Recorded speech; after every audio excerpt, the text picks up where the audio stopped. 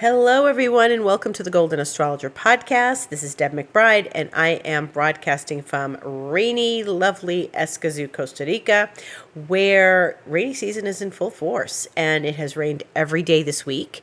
And we are in a time of great green here in Costa Rica, where the rainforest gets greener and the backyard gets greener, the garden gets greener, because the rain just makes everything explode with flowers and plants and green and leaves and just incredible beauty. So we are in a very sensual time because it's very nature oriented and nature's just alive and well. And we are in the Taurus season. And Taurus is all about sensuality. And yesterday we had our very sensual eclipse in Taurus. And that was the sun and the moon coming together in a new moon in Taurus, the solar eclipse. And the solar eclipse was with Uranus, which is not necessarily a sensual energy in and of itself. It's a little electric. And so the sun will come to Uranus. We're not finished with the sun and Uranus. The sun and the moon came together at about 10 degrees of Taurus, and Uranus is at 14. And so we don't really get the sun-Uranus conjunction until this Thursday, the 5th, Cinco de Mayo. And we do, though, feel that incredible sensual energy. And certainly here in Costa Rica, when it's rainy and it is a delicious aroma in the air when the ground is hit by the rain, and the flowers and everything are just exploding. It's really beautiful. So we welcome the rain and we welcome the sensuality of this time of year. And everywhere there is a certain level of sensuality. If you live in the southern hemisphere, you're in the autumn and it's not winter yet, and you start to really experience that beauty of, leaves falling and all the lovely things that come with autumn. And if you're in the northern hemisphere, well, of course, you are experiencing spring. So, and the lusty month of May, as they say in Camelot. So, for sure, Taurus is a Venusian season, and Venus is still in Pisces, but she's getting ready to leave. So here we are with Venus at 29 Pisces, which is the degree of surrender and the degree of atonement. It is the last degree of the zodiac. And so Venus has reached that point, and it's important because Jupiter will come back to this point later this year. When Jupiter goes retrograde and goes backwards into Pisces, it will come to 28 and 29 degrees. And so this is, pay attention to what's going on right now, because these are important moments. Planets will come back to this place. And just in the last week, as you know, as I spoke of last week, Venus met with Neptune and then met with Jupiter yesterday during the eclipse. So the ruler of the eclipse is Venus, and it met with Jupiter. So this was generally, I think, a pretty positive experience. I didn't hear of any catastrophes. I did hear a lot of high energy stuff that happened this week.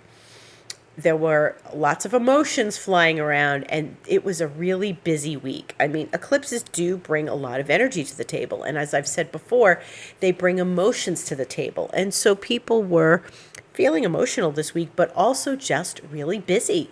And I was very busy.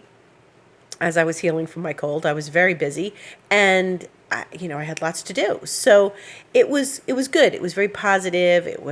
And I felt energies shift. And this is what we do want to feel during an eclipse. We want, especially like a new moon at the North Node, and the moon is ruled by Venus. This is a really positive experience. This is about as positive as an eclipse is going to get, because it is about moving forward, and it is about shifting energies in the right direction to open our lives. So it's been, we've been through some healing stuff in the last week, as Venus came to Neptune and then Venus came to Jupiter. I think there was a lot of healing for us emotionally, as well as, releasing some old things that we didn't feel were necessary anymore. And, Venus and Neptune and Venus and Jupiter are really about opening your heart, especially in the sign of Pisces. And this is a very beautiful time to open your heart. But remember, when you open your heart, you are vulnerable for sure. And when you start to expand the field of your heart, you start to look at things in a very different light, like you are open. If the people in your life can't meet you where your heart is open, then that's when, don't close your heart. Don't close your heart. Keep opening your heart. Challenge them to meet you there. Hopefully they can. If they can't, then you just keep going and you keep going forward with your life and you keep opening your heart. You don't allow yourself to, I want to stay with this situation, so I don't feel like I should keep expanding so much. No, it's good to expand because we're all supposed to expand. We're all supposed to open our hearts. We're all supposed to embrace love and embrace the wonderfulness of what it feels like to open your heart and embrace people coming in. So, in the meantime, we still have this Venus at the end of Pisces asking us to surrender, asking us to open our hearts.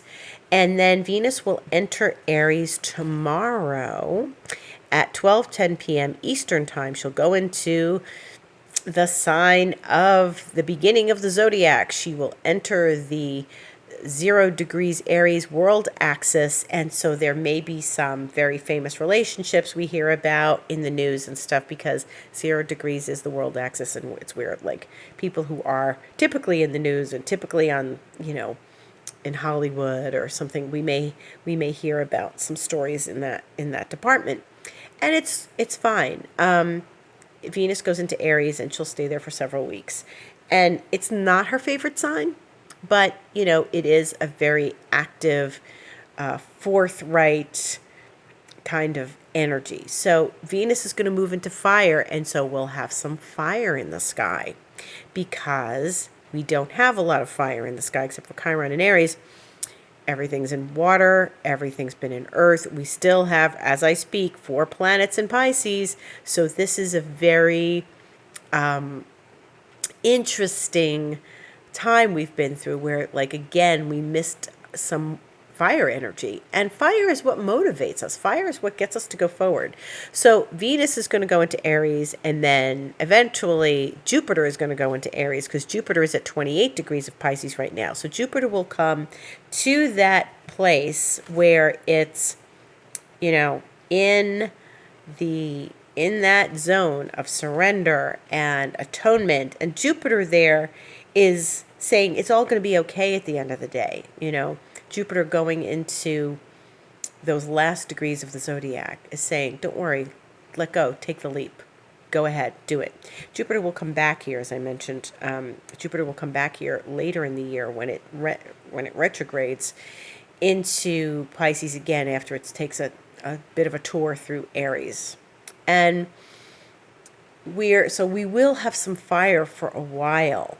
And when Jupiter goes into Aries on the 10th of May, which is not so far away, today's the 1st, this is going to bring us months of steady fire energy. And Jupiter is a big, exuberant energy. And going into Aries is, it's a big thing for Jupiter. It's like bigness and openness and what do I want to do? How do I want to expand? Where do I want to be motivated? And where do I want to take action? So, and Jupiter helps us take action there. But in the meantime, Venus will go into Aries tomorrow, and the Sun will meet Uranus on Thursday. So we have lots of sparkly energy this week, lots of sparkly energy. And Jupiter is going to sextile Pluto on Tuesday, which is interesting because if you remember 2020, Jupiter and Pluto sat together for most of the year.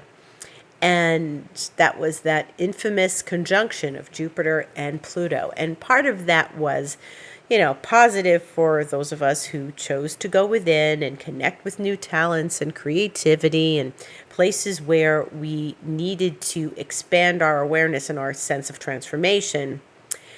And it was also part of the whole COVID drama. But, there's always light and there's always dark. Now we're going to see Jupiter sextile Pluto in a very positive, smooth, flowing aspect. And I think what this begs to ask us, and this is going to be 6:33 p.m. Eastern Time on Tuesday the 3rd, this begs to ask us, what are we experiencing now that we've moved past that place from 2 years ago? What have you experienced in the last 2 years? Where is Jupiter expanding your life? And where did you learn lessons back then and kind of go within and do the healing work and put the light on in the closet? Remember, like I said back then. And where are they leading you now? Where is this experience now for you? And how are Jupiter and Pluto working together to serve you better in this moment? Now, other worlds. Remember, Pluto went retrograde just the other day on Friday, and Pluto has changed direction and is starting its backwards motion, which it will remain until October. And remember what I said last week, we had Pluto going retrograde at an eclipse. So they are interconnected. Pluto and the eclipse are not separate. They are happening simultaneously, and the Venus-Jupiter was happening at the same time as the eclipse, and all of this energy concerns itself with the eclipse. So as we move forward in these days and weeks and months ahead, and then, there's another eclipse on the 16th of May, this first eclipse is very, very powerful.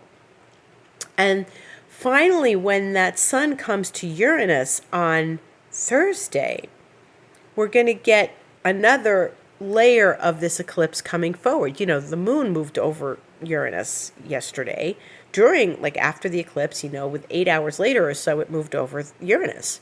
And so Pluto's shift in direction is leading us into this eclipse and what we are going to be looking at over these next months. And we have to stay, connected to self and soul and depth and connection to where we are going in our own personal underworld in these next few months. And then when Pluto goes direct in October, it's around eclipse season again. So Pluto this year is inherently connected to the eclipses. So these are highly transformational periods. These are times for us to do deep inner work and deeply connect with a sense of, healing and clearing old emotions, clearing the cobwebs, clearing the closets, clearing everything. Release. This is really an incredible experience that Pluto will touch the eclipses and then touch them again later this year. Now, this is a North Node eclipse, so it wasn't about throwing things out so much as the South Node eclipse that's going to happen in a couple weeks. That's more of, we start the process. What do you want that's new in your life? New moon. What new things came? I had a big shift this week, I know, and I hope the rest of you did too.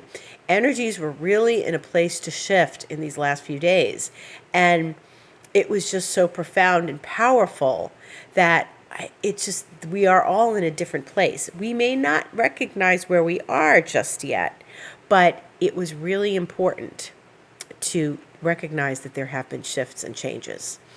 I feel them. I'm sure you do too, but I'm particularly sensitive. I tune into these things. So where in your life have you felt the big shift in the last few days? What part of your life has opened the door to more healing and more recognition and realizations? There are some really powerful energies at work in these last few days, and you can't deny where we've been. There was the Jupiter-Neptune conjunction, which still is, pretty connected because they're only like 3.5, 4 degrees apart. This is a famous point now, okay? And I want to talk about famous points because they are really important in astrology. So we use them all the time. And this is one of the benefits of paying close attention to where the planets are going. Now remember that Jupiter and Neptune met at 23 to 24 degrees of Pisces. That is now a famous point. It's famous because Jupiter and Neptune only meet once every 12 years just on their own. Okay, just in any event, they're going to meet every 12 to 13 years. But Jupiter and Neptune met at 2324 Pisces, okay? And that is now the point in the zodiac that is very important.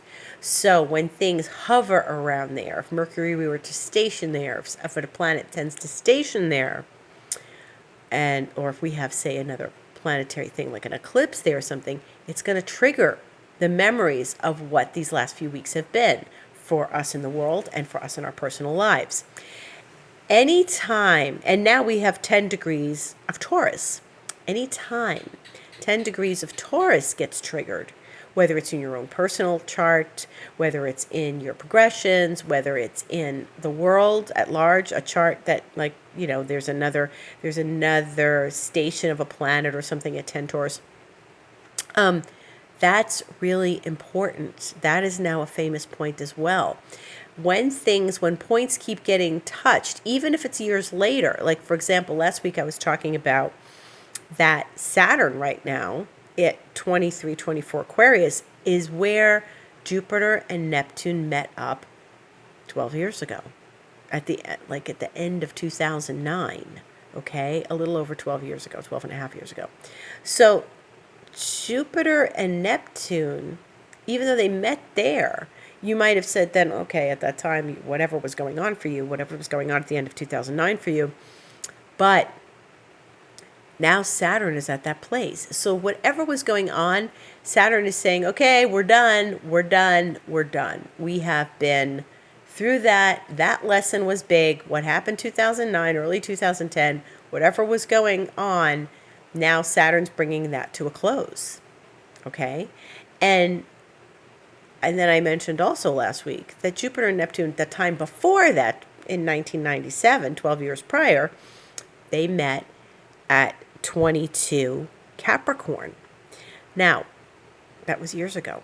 1997, 1996, 1997.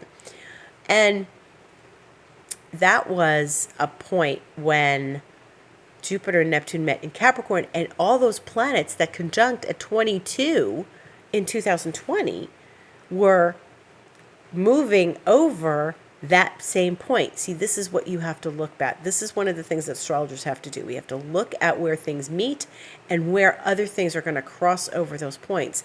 These patterns, these moments, these famous points in astrology then indicate when we are moving past certain big moments of our life. If a Jupiter-Neptune conjunction is happening, just as planets are moving over old Jupiter-Neptune points, yeah, we're in something big. We're in something where we're letting go of a lot. So Saturn's moving over that. Pluto has moved over it in the last months, like 22, 23, 24. Jupiter and Neptune met there in Capricorn, and Pluto has been over that point several times in the last couple of years. So we got Pluto, we got Saturn. This is huge. This is all clearing out, clearing the decks, clearing away old energies. And this eclipse invites in some new energy because Uranus is always going to bring in something new, right? And part of the experience of the eclipse is still waiting to show us what it's about on Thursday. So pay attention these next few days as the sun moves over those points and unites with Uranus on Thursday. And when it does that at 3:22 a.m., make sure you get enough sleep that night. Eastern time, 3:22. Take a look. Show yourself, like, okay, let me remind myself where I've been in these last days, and what is this showing me? What is this showing me? And what happened to you yesterday, and what is the continuing story about that? There were some very strong energies that I think people had breakthroughs, and people had some very positive experiences. So if you had breakthroughs, great. Write them down, journal about them, see what further breakthroughs you can have this week. And, as Venus leaves the end of the zodiac and starts a brand new day in the zodiac tomorrow, then, we start something where this is a time of endings and new beginnings, And that's what we have to pay attention to. What is ending? What's saying goodbye? What are we saying goodbye to? And what are we welcoming into our lives? And I hope for you that you had some really good realizations this week. I hope you had some really positive experiences. Now, Uranus is busy. Uranus and the sun will meet, but on Wednesday, Mars will sextile Uranus. So Mars is talking to Uranus because it's at a point now, it's in Pisces. It's at 12 right now as I'm speaking, but it will reach that 14 degrees on Wednesday. And it will talk to Uranus, as well as the sun talking to Uranus. So Uranus has a lot of conversations happening. And so that's positive. That's like, breakthrough energy. We like that. Since the sun is talking to Uranus, Mars is talking to Uranus, the sun and Mars are going to talk to each other next Saturday, the 7th, in a sextile, which is a very smooth aspect. So Mars and Uranus are going to have a conversation. The sun and Uranus are going to have a conversation. And then by Saturday, the sun and Mars are having a conversation of their own that will probably have something to do with Uranus. So this is a continuing story. This is a continuing story from the eclipse, okay? And Mercury is now in one of its favorite signs. It's in Gemini. And Mercury likes to be in Gemini. It's the ruler of Gemini. It went in on Friday at 6:23 p.m. Eastern Time. It's now in Gemini. And it's getting ready to get slow and go retrograde. And it will go retrograde on the 10th of May when we have that Jupiter entering Aries. So there's a lot of shifts coming, not this week, but the following week as well. So we've got lots of energy happening in May. Lots of shifts, lots of changes. Mercury's going to get to a certain degree, about 4 degrees of Gemini, and then turn around. And this 28 degrees is going to keep coming back to us because that's where Jupiter is now. Jupiter's at 28 of Pisces. Pluto is at 28 of Capricorn. Mercury made a trine, a very pleasant, lovely, flowing aspect the other day when it was at 28 degrees of Taurus. And so Mercury talked very nicely to Pluto, all in Earth.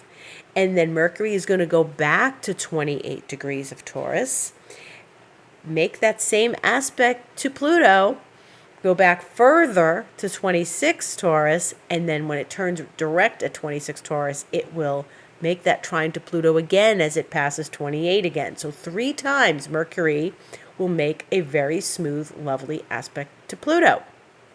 And that means Mercury and Pluto are having an extended conversation that they've had since last week, and they are having a conversation that involves transformation.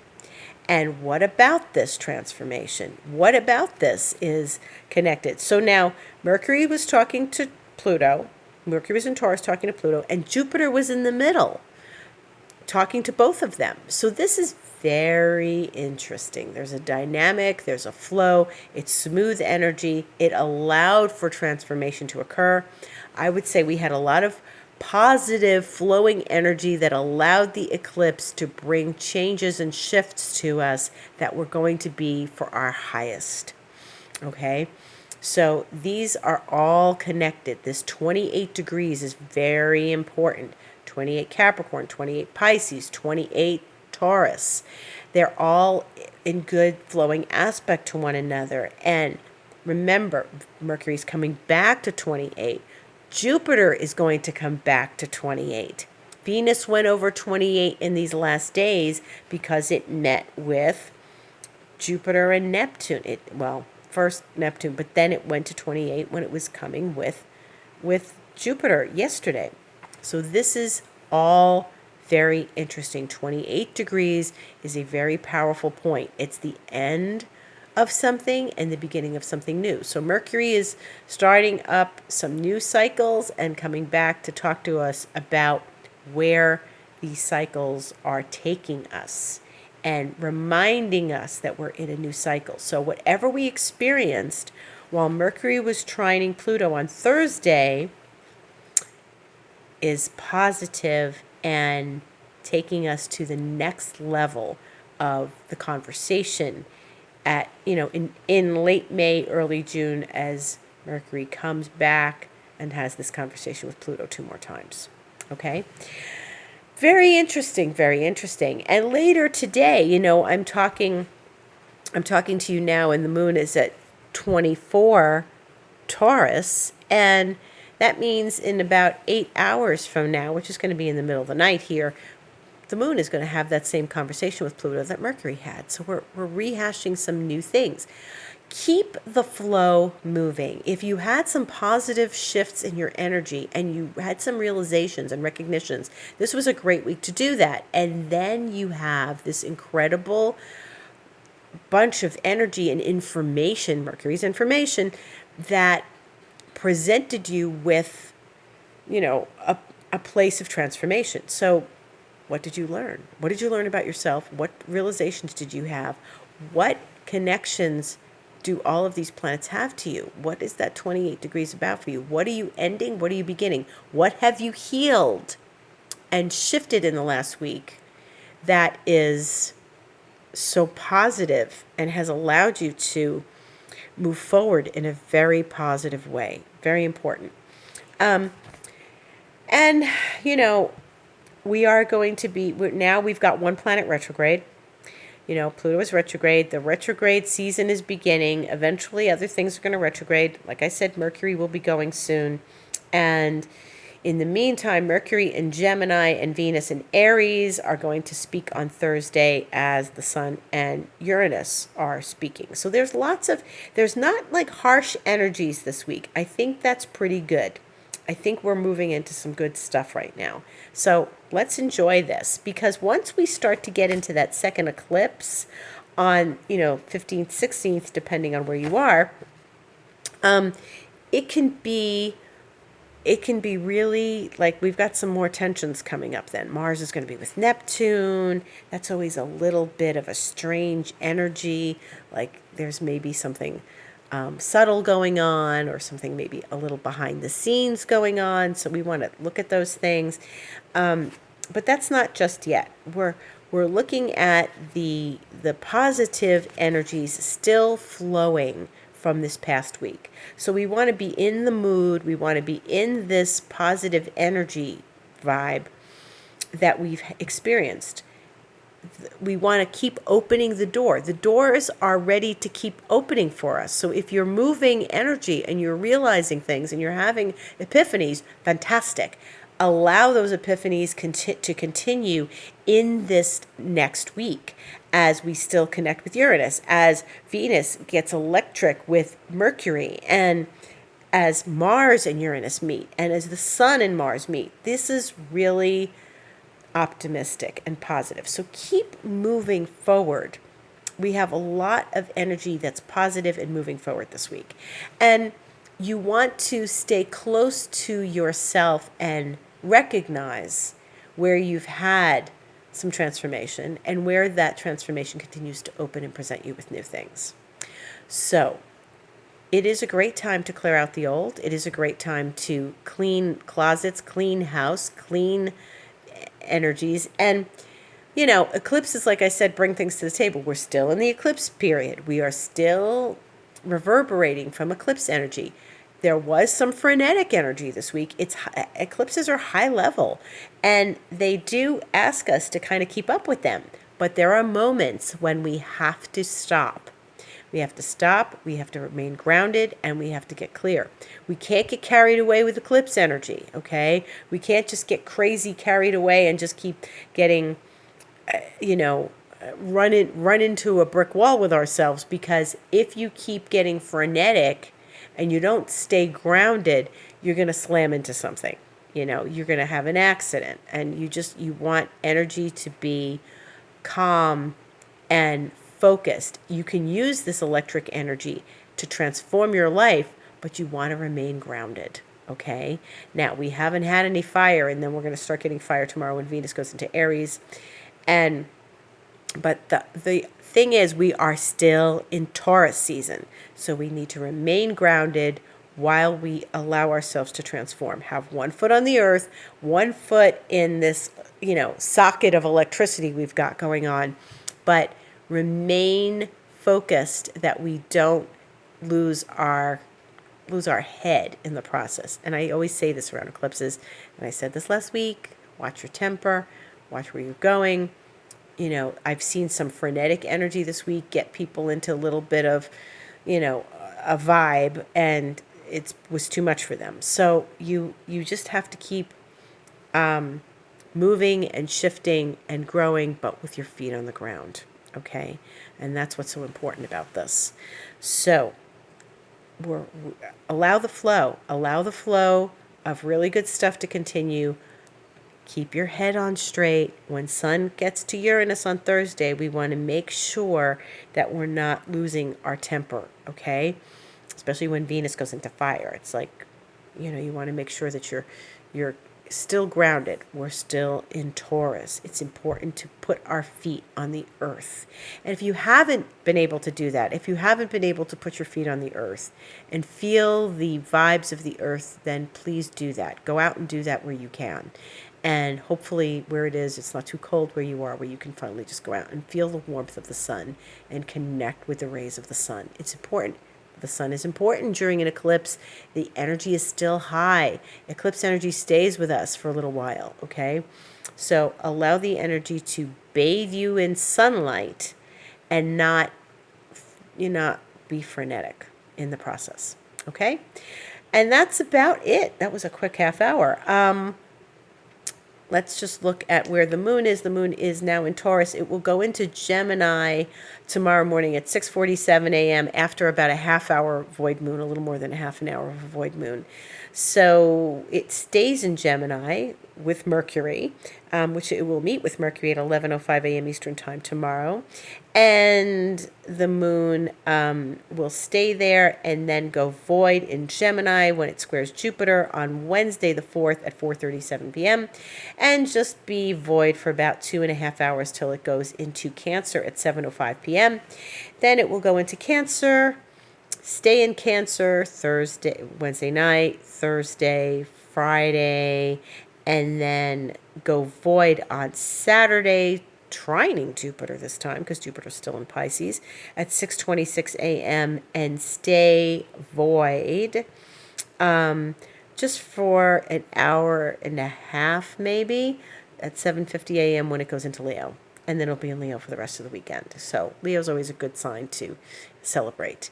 And so celebrate this week. Celebrate where you've been. Celebrate your changes. Celebrate your shifts and your realizations.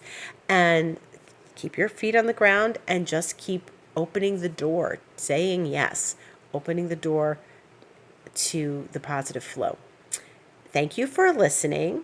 This has been the Golden Astrologer Podcast. I'm Deb McBride. If you'd like a session with me, go to my website, thegoldenastrologer.com, book online, and you can book a Reiki session, you can book an emotional clearing session, you can book an astrology session.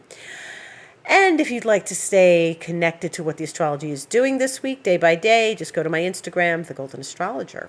And if you want to hear more about the week ahead, stay tuned to my podcast, The Golden Astrologer.